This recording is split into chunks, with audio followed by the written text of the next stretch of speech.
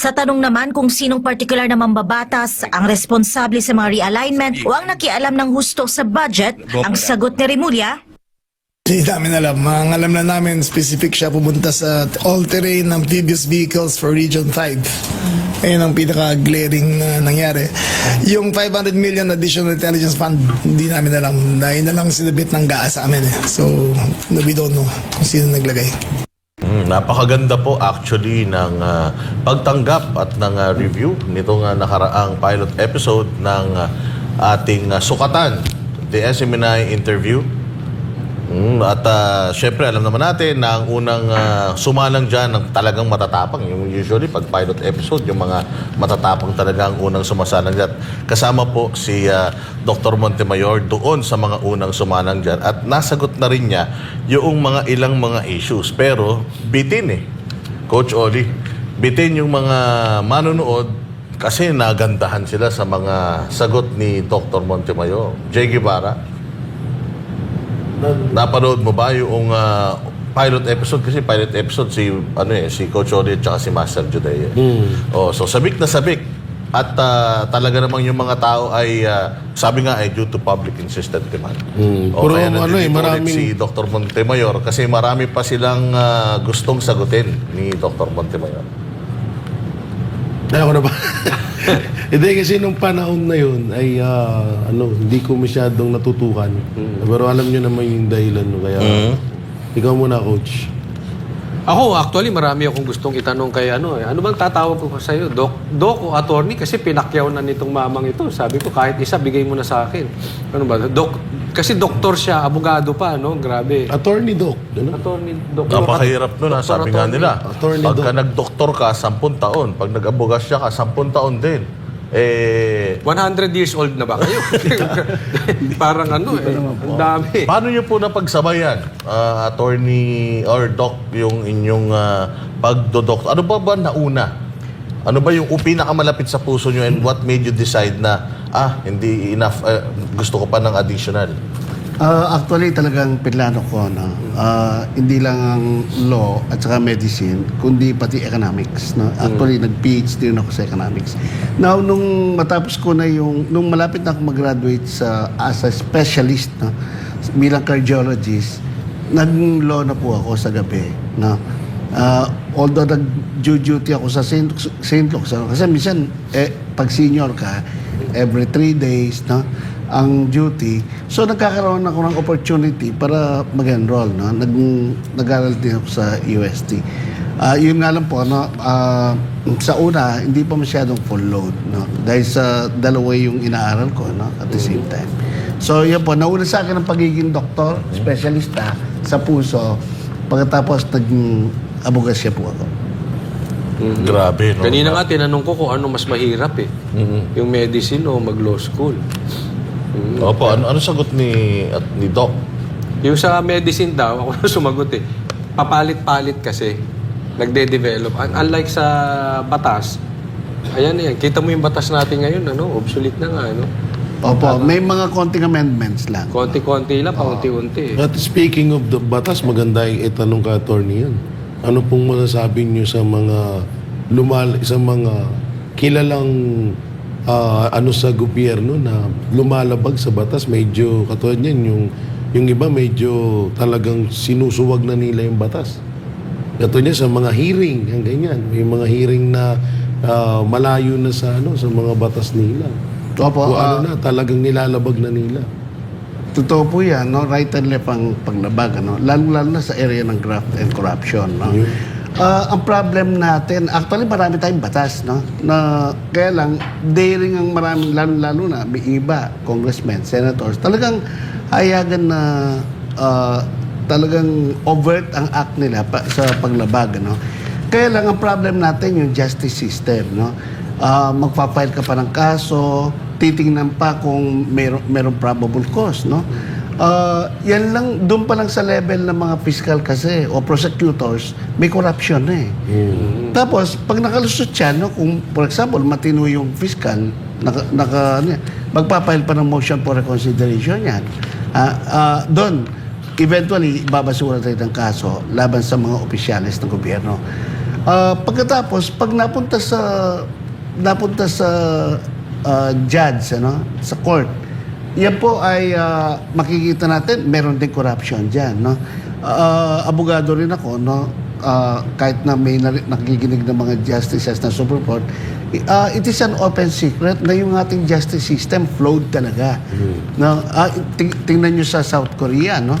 Presidente pa, yung talagang gustong-gusto niya mag-declare ng martial law, pero ang kanyang kamay ay parang nakagapos, no? Hindi basta-basta i-violate mo yung freedom ng mga citizens in a democratic environment. Dito sa atin masyadong daring, ano? Kasi alam nila, kaya nilang kaibigan nila yung mga prosecutors. Madali nilang i-threaten, madali nilang yung mga judges kaya nilang i-corrupt, no? Generally po, ganyan, birang-bira, no? Ito po, na example na lang, no, if I may, na-convict na Sandigan Bayan si former mayor Herbert Bautista. No? Pero kung titingnan mo, hindi siya masyadong na-stress. Kasi meron pang ano yan appeal Iaakit pa yan. Alam naman nila, in the near future, mababasura rin yan. Bira-bira, no? Ang mako-convict na powerful person. Pero yung ako po, nagpupunta rin ako sa mga kulungan. Madalas, once a week, twice a week, kasi may mga kliyente ako. Ito yung mga taong nagulat sila, bakit sila inaresto, no? Isa dyan, 2 days ago lang, o 3 days ago, sa Cavite, inaresto yung isang taxi driver. Dahil wala siya kapera-pera, lumapit sa akin, pro bono. Nag-file kagad ako ng ayaw pang ibaba yung bail ng judge, 300,000. Pero nung hearing for the bail, nung pinapababa, sabi ko, I am withdrawing the bail because the alleged accused is actually innocent, sabi ko. Tapos, pinesent nila yung nag-complete. Hindi po yan ang hindi po yan ang dinimanda ko, sabi niya. So, tingnan nyo, alam niyo yung mga polis naman, masyadong eager mag-aresto. Kahit, ang style kasi nila, ganito po, no? Pag hindi na makita ang totoong tao, dahil nagtatago, no? Kahit sino lang, arestuhin. Anyway, sabi nila, ang problema lang, walang abogado. No? Ang PAW naman, ito po, open secret din yan. Sasabihin naman ng PAW, lalo na katatapos lang magbar, kapapasa lang. Ito nakakagulat, sasabihin na lang ng PAW, aminin mo na lang.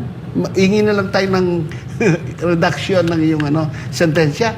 Yan po yung justice system sa Pilipinas, no? And this is happening every day. Makikita mo, ako estimated 90% ng mga nakakulong, mga mahirap, no? Hindi talaga sila nagkasala, no? Pag nasentensya naman ng mayaman, mamaya commuted na yung niya. Tapos under probation, tapos papupuntahin na sa Amerika. So very unfair ang ating justice system, ako po 99% sa practice ko is pro bono, no? Pero nakita ko talagang dehado ang mga mahirap, no? Lalo na sa usapan death sentence, yung death penalty. Yun, sa death penalty, maganda sana yan, kaya lang ang problema, puro mga mahirap ang mga inanila. Pero pag mayaman, no? Ang daming example dyan. Yung Tiangki, yung napakaraming example na dapat na-lethal injection sila, pero wala nangyari.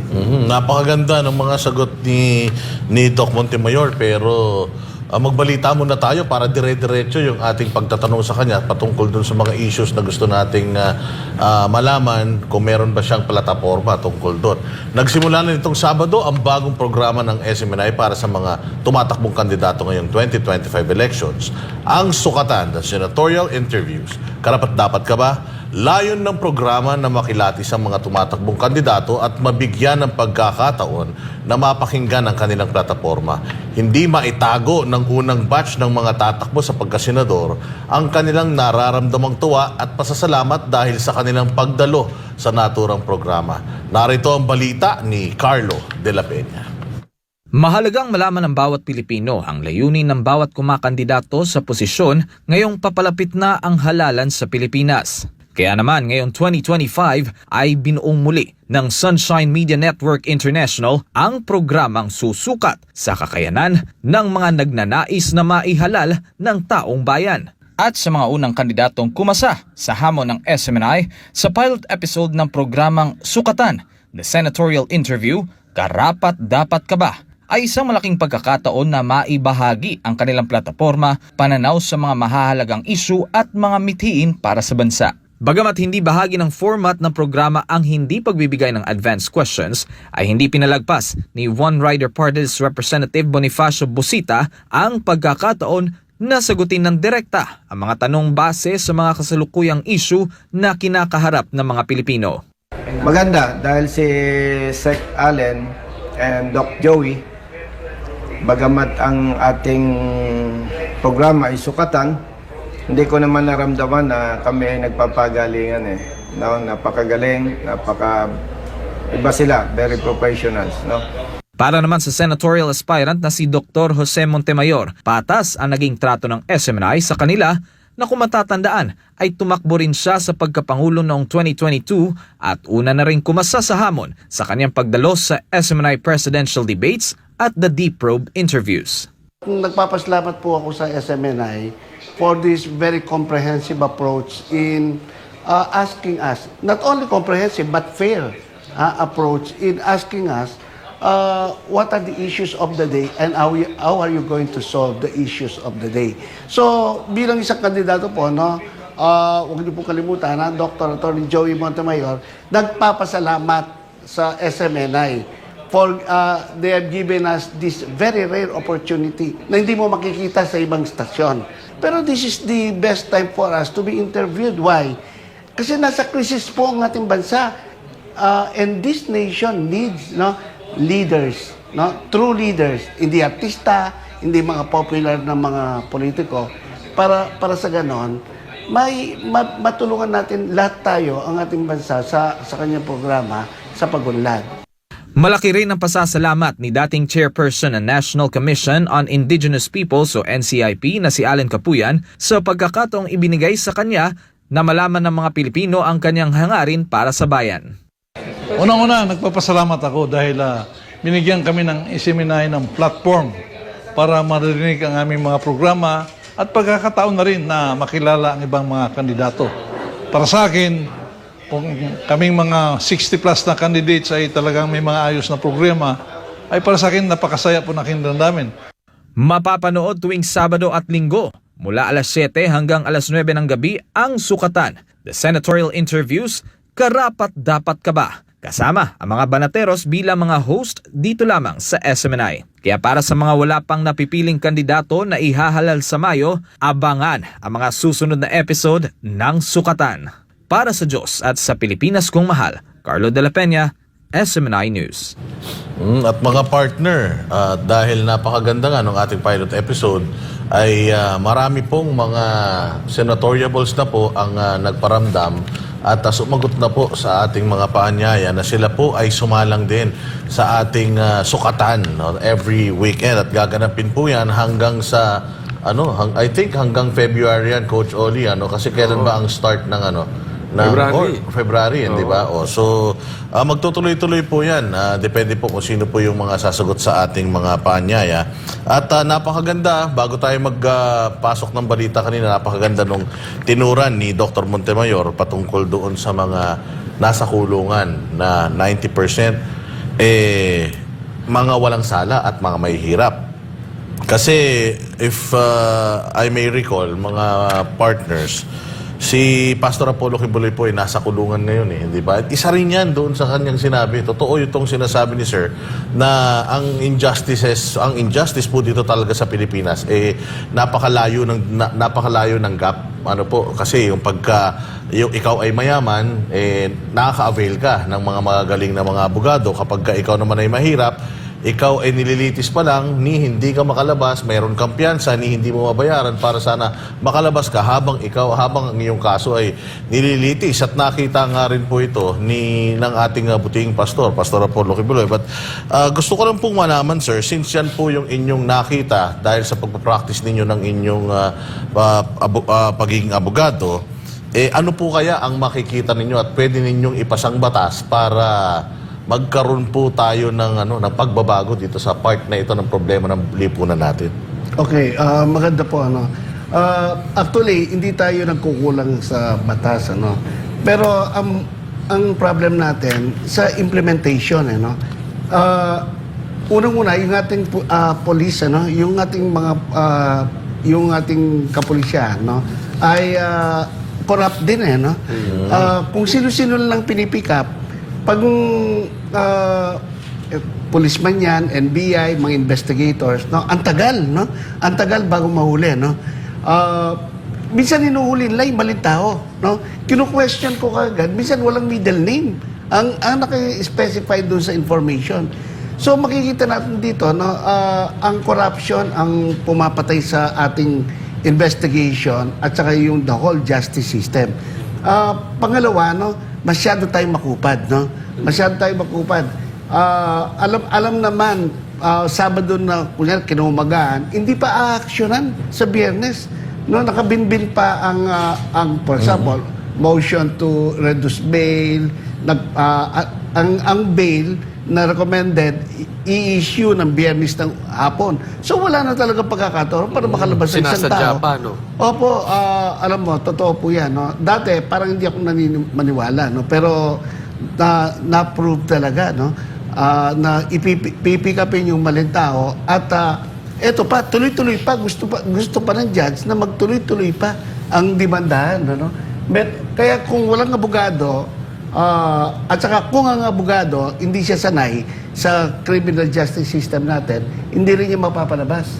Kasi dapat mag-file ka ng motion to quash, dapat wasakin mong information na hindi naman talaga siyang gumawa. So nakakalungkot po, may mga iba talagang gumawa pero pag mayaman ang isang akusado, ay napakadali para sa kanya na makatakas o makatakas sa ating sistema ng hustisya. Ay, isang magandang example nga po niyan, attorney or doc, itong yung guilty or nahatulan ng guilty ng child abuse ng korte na si Congresswoman Franz Castro. Siya po ay nahatulan na. Pero katulad ng sinasabi ninyo, yung kay Herbert Bautista, hindi sila stress dahil meron pang mga, kumbaga, may mga appeals pa sila na gagawin. Pero ito ang nakakalungkot kasi marami sa mga kababayan natin ang sinasabi nyo, nakakulong sa mga piitan na hindi nila kayang magbayad ng piyansa, tapos itong mga mga opisyalis pa mismo ng mga gobyerno, mga nasa gobyerno natin, mga mambabatas pa yung iba, guilty na pero hanggang ngayon nakakatakbo pa sa darating na eleksyon. Ano pong masasabi po ninyo doon? Tama po yan. Bigay ko lang halimbawa, total tapos na. Yung pagkaka-acquit kay Senator Bong Revilla, pero na-convict yung kanyang abogado, na supposed to be na tumanggap ng pera. Kasi meron tinatawag na doctrine sa law, yung hindi man ikaw ang pumirma, for example, boss, paano itong pera na to, 1.2 billion? Ganyan po yung nangyari. Ano pong gagawin? Sige, pirmahan mo na lang. O, bagamat yung mastermind, hindi siya pumirma. Meron tinatawag na doctrine na hindi in-apply. Yung tinatawag na authorized forgery. That is a big evidence na pwedeng gamitin. Kaya lang, alam mo yung mga ating mga dalawang justices lang ang nag-uphold na dapat siyang i-convict, si President Senator Bong Revilla. Pero ang nagkaroon ng dichotomy, nakulong yung kanyang abogado, siya naman na-acquit. So paano yun? Actually, there's already that conspiracy, pero ang ating mga justices talagang skewed ang kanilang interpretation. Yung tumanggap ng pera, yun daw ang guilty, pero itong mastermind, acquitted. So this is the kind of justice system that we have. Minsan naman, napakatagal na naka-hold, wala pang kaso, o kaya may kaso, napakatagal sa kulungan, talagang parang parusa na. Tapos eventually sasabihin, ay acquitted ka pala. So yan po yung justisya natin. Ano nangyari kay Hubert ko Opo, yung kay Hubert Webb, actually, bago pa lang ang DNA, ano? Yung pong kay Hubert Webb, actually, yan ang unang example ko. Kasi professor ako sa medical legal, no? Hindi pa uso yung DNA, ano? Noong panahon ng ano? DNA. So, actually, inamin na niya eh. Inamin na niya. He was then serving sentence for 5 years, ano? Talagang ano na, settled na. Biglang Nauso ang DNA. No, actually, yung motion to reopen, bawal din yun eh. No? Bawal din yun. It is final and executory. Executory, kaya nga nasa bilibid na ang problema, nung mauso yung DNA, nag-file ng DNA, iba na ang mga justices. Iba na po eh. Oh. Kaya minsan, pumapasok na, with the risk of disbarment, may suspicion ka sa mga justices, no, na kagaya na sinasabi namin, he who comes to court must come with clean hands. Ang nangyayari po, pag nabago na yung mga justices, iba na yung kanilang decision. Sabi nila, ang DNA is 99.99% accurate. So sabi nila, Hubert Webb may not be guilty at all. When in fact, there was already final and executory decision na hindi na pwedeng baligtarin. But because of due developments, in-apply yun, ano naman pala, may doubt sabi nila. So that's it, no? Kaya po inakwit. Matanong na kita, Doc, kasi nabanggit na rin naman ni Boss Dada kanina, ang convicted child abuser ba may kulong? Criminal ba ito? Ang convicted criminal po yan. Oh, so 7610 yan eh, no? RA 7610. Mga ilan ang kulong nito, ha? Well, depende po sa gravity. Yung child abuse talagang, kasi it involves not only physical but moral, no? Moral depravity on the part of the suspect. Now, talagang actually, hindi ko nga alam bakit may bail yan, ano? Kunyari, yung Convicted nag-rape. Opo, tsaka nag-rape, no? Kahit yung hindi pa talaga convicted, hindi na pinapalabas yan. No? Kasi nga, minolest siya mo. Kagaya ng mga rapist, hindi ka na palalabasin. Pero much more kung convicted ka na. So dapat yan, oo, may appeal po yan. Pero habang nag-a-appeal, dapat naka-hold din. Kasi pwede tumakas kasi. No? So kung At any convicted siya, ang convicted ba, halimbawa lang ng child abuse, pwedeng tumakbo? Well, depende po, no? Kung final and executory na ang child abuse, no? Meron tinatawag, hindi ka lang makukulong, kundi meron tinatawag na perpetual disqualification in holding public office. Ayun. Hindi ka na pwedeng tumakbo. Yung moral turpitude, ano po? Opo. Yung ang very ironic, ano, yung election offenses, vote buying, vote selling, pag naano ka dyan, administrative yan, lifetime ban ka to all public office. No? Yung administrative case ni Junjun Binay, hindi siya pwede tumakbo. Much more kung child Child abuser. Abuser ka. Malinaw po. Jay, meron kang dagdag?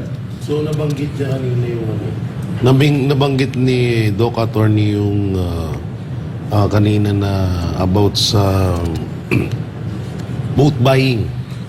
So may komento ho ba kayo? Ito pwede niyong sagutin, pwedeng hindi. Yung about po sa budget ng AKAP na kasi talagang chinempo nila ng eleksyon. So maraming nakakapagsabi na yung kaya daw ni-rush yung AKAP na yan, yung budget niya is para dahil gagamitin sa vote buying or pwedeng magamit or maaaring gamitin sa vote buying. Anong maiko-komento niyo doon? Opo, actually may precedent na yan, no? Yung tanggal, no, ni dating Albay Governor Noel Rosal, no? Ang ginawa niya ay namigay sa mga maliliit na mamamayan, ano, mga mahirap bago mag-election. Actually matagal pa under the charity program, no? Pero itong AKAP, AIX, no? Even the poor piece, no? Although nasa batas na yan, conditional cash program, no? Etong AKAP, AIX, no?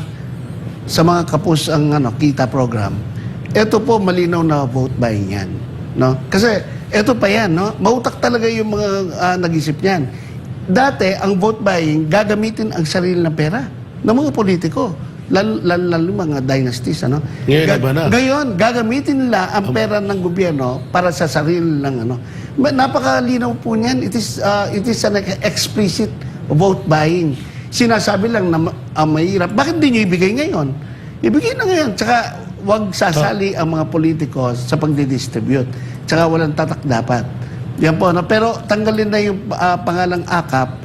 Ibigay na lang, wala nang AIX, kundi ibigay na yung buong pera sa DSWD. At ang DSWD na ang mag-implement niya. Kasi kulang po yung DSWD eh.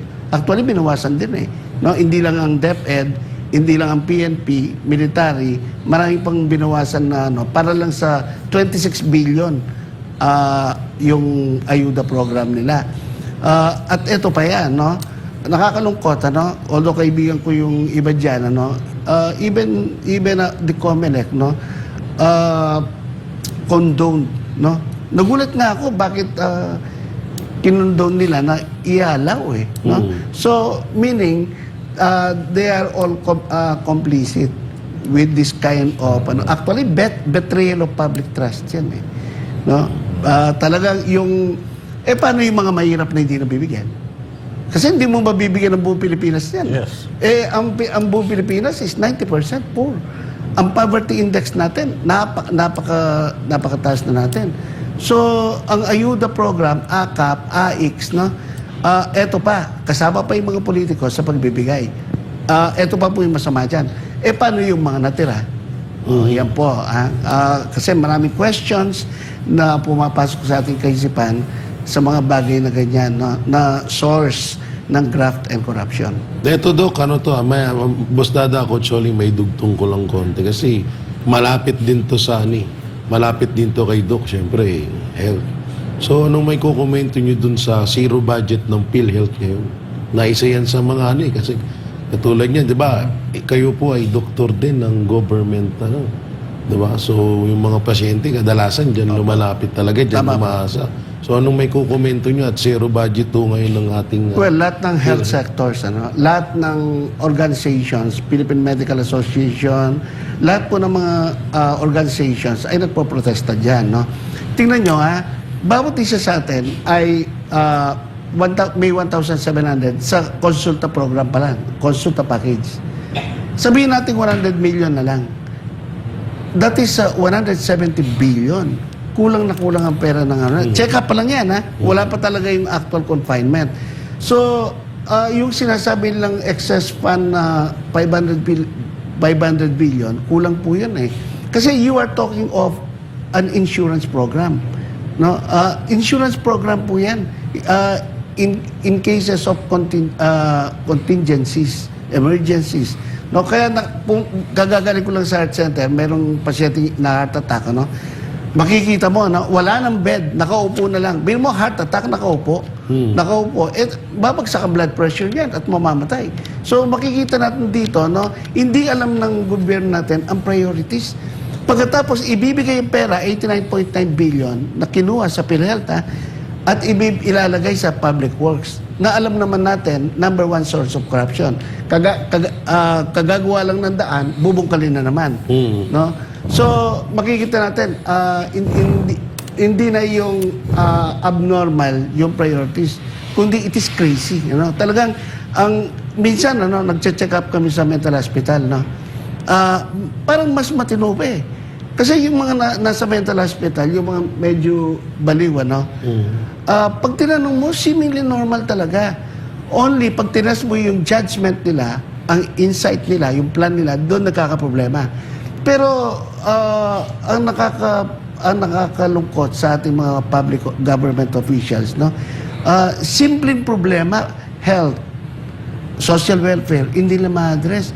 Puro pagbubungkal ng daan, puro pagbili ng mga semento, puro paggawa ng mga building o daan na substandard. Isang ulan lang, at saka isang taginet, yung mga daan natin nasisira. Sa totoo lang, 5 yan eh. Diba, Boss Dada, Coach? Health, sa mga bilihin, 5 yan eh. problema ng Pilipinas ay tumatakbo sa 5 Opo. ano lamang. Hindi siya 777. Hindi naman sa 7-7. Kaya bilisan natin, alam natin medyo busy si Doc Montemayor, magtanong tayo sa kanya kung ano yung mga current status nitong mga itatanong natin and kung ano yung kanyang magagawa para dito. Una, peace and order. Ano po sa tingin ninyo yung current status ng Pilipinas sa peace and order and ano magagawa ninyo? Well, ang peace and order, kung titingnan mo yung crime rate, tumataas na naman because of drugs. Meron lang, may mga narinig tayong rape, murder, homicide. No? Kasi po, tingnan mo yung interpretation ng ating chief PNP, at saka yung spokeswoman. Yes. Para sa kanila, ang drugs, normal lang. Nagulat ako, no? First time in It history is just, according to them, it is just a social division. Dapat nga kaawaan ang mga kahit na pumatay, ang nagdodroga. Parang sa kanila, they are victims. So, it is the reverse, ng dating administration, which is the proper. Ako po, hindi ako pro Duterte, kahit minsan, hindi ko makakilala, hindi ko pa nakita yan, President Duterte, Sara Duterte, hindi ko pa nakita mga yan. Pero yung approach nila, it may be a little bit exaggerated, but that is the right approach. Pero yung ngayon, it is an abnormal way of dealing with criminality. Ewan ko po, pero nagugulat din tayo. Kaya right and left na naman ang patayan. Sa gabi, hindi ka makalabas. Dahil minsan may sasaksak na lang sa'yo, may babaril na lang sa'yo. Kasi nga, people are under the influence not only of alcohol but of drugs. Okay, next. Poverty rate and ano po ang inyong magagawa to alleviate poverty? Well, dapat we have the serious policy and also the political will. Kasi ang poverty is multifactorial. Unang-una, yung education. Alam niyo po, 30% ng ating mga elementary hanggang high school hindi nag-aaral. Actually, yung isang research, ang Pilipinas, 70% hindi nag-aaral. So, paano mo may expect na kumunang Ang bawat kabataan Pilipino ay nangangarap na mag-abroad. That is not a normal way. So, education, pagkatapos yung government policies ng corruption. Siyempre, nako-concentrate, lalo na sa mga dinastiya, mga dynasties, nako-concentrate ang pera sa kanila at nadidiktahan na lang nila bago mag-eleksyon na sila na naman ang iboboto. So, how will you expect na ang government natin ay aangat as far as poverty is concerned? Sumunod dyan yung inequality. Income inequality, talagang ang laki ng disparity. Actually, yung pong middle income families, depleted na. Pumasok na. Dati kasi, ang ano niyan, 40, 15, at saka yung super rich, mga 3 to 5%. Ngayon, yung 40% na middle income, wala na po, depleted na, pumunta na sa poor. So, makita mo, napaka-dire ng situation natin. At saka yung isa pa, yung agricultural production natin.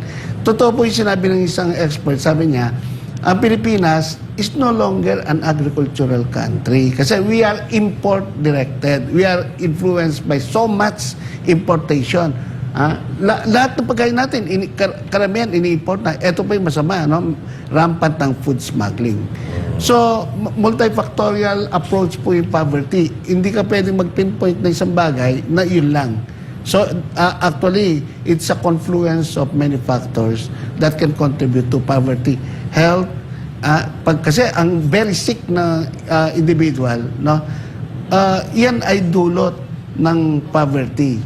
At eventually, it is a continuous process. Okay? So, yun po, maraming factors that can contribute to poverty. Okay, so final po siguro that because of all itong mga inyong sinabi at nasagot, if you're gonna rate this administration from 1 to 10 sa lahat ng mga issues ng bayan natin ngayon, how do you rate them? 10 being the highest. Well, yung kanila po pag-solve, Yung estado ng ating bayang Pilipinas ngayon? Very All in all. chaotic po. No? You don't need to go into, look into TikTok, Reels, no, social media. Hindi mo na kailangan. Tingnan mo ang kapaligiran natin. No? Mas, kagaya nung nasabi ng mga, yung kinanta ng asin, masdan mo ang kapaligiran. Dinoble-doble pa. Hindi kagaya, nung panahon ng tatay ng ating presidente, no? Ako, nabubuhay na ako noon. No? Actually, college na ako noon. No? Ang mga tao, minsan may rationing ng gas, no? Ng oil, pero walang rationing ng bigas. No? At sufficient na production natin ng corn, sufficient na production na, pwede kang humingi ng sibuyas sa palengke, tsaka kamatis. No? Pero, ang nakakalungkot, ang marerate ko, no, 1 to 10, 1.5. Nako. Parang soft drinks. Opo, buti binigyan ko pa po, no? Buti binigyan mo pa talaga. Opo, pero yung health natin, minus 10, no? Negative po. Opo. Maraming salamat po sa inyong honest na mga sagot.